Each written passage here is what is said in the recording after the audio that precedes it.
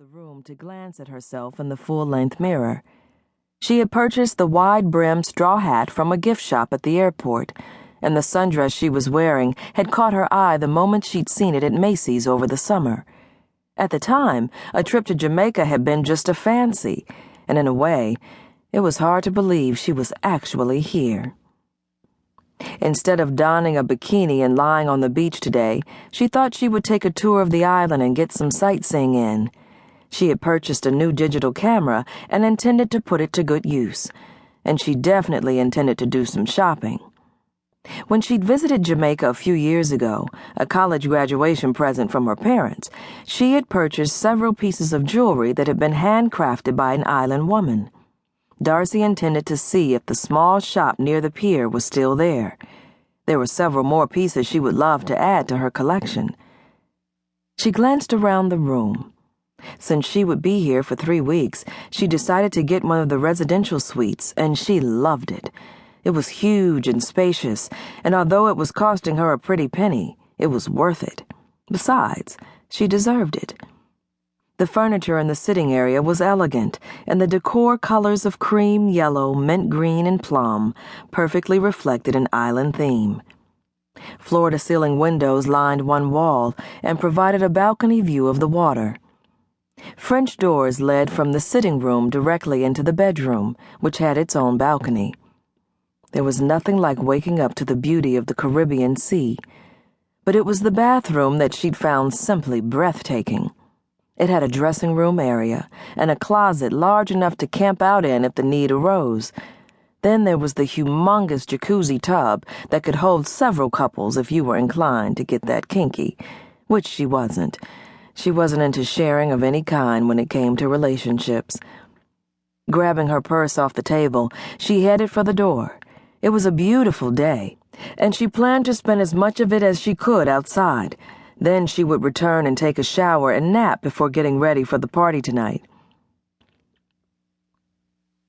York walked along the pier. It hadn't taken any time to get his game plan in place and head toward the island.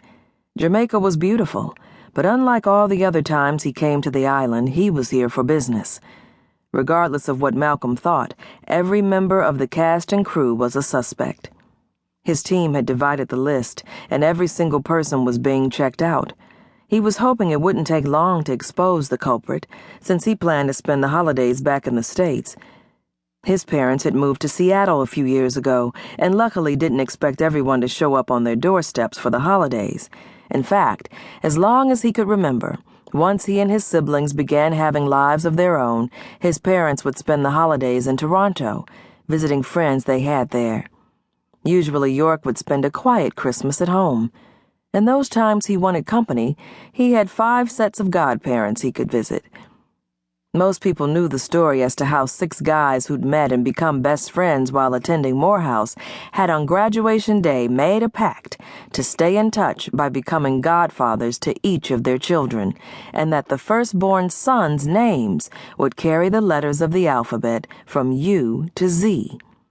And that was how Uriel Lassiter, Virgil Bogard, Winston Coltrane, Xavier Cain, York Ellis, and Zion Blackstone had come into existence. He was close to his godparents and godbrothers and couldn't imagine them not being a part of his life. He checked his watch. A couple of his men had checked in already with their reports, and it was obvious Malcolm didn't know some of his people as well as he thought he did. However, there was nothing to indicate any of them could be suspected of anything other than engaging in a number of illicit affairs. York glanced around and saw he was the object of several women's attention.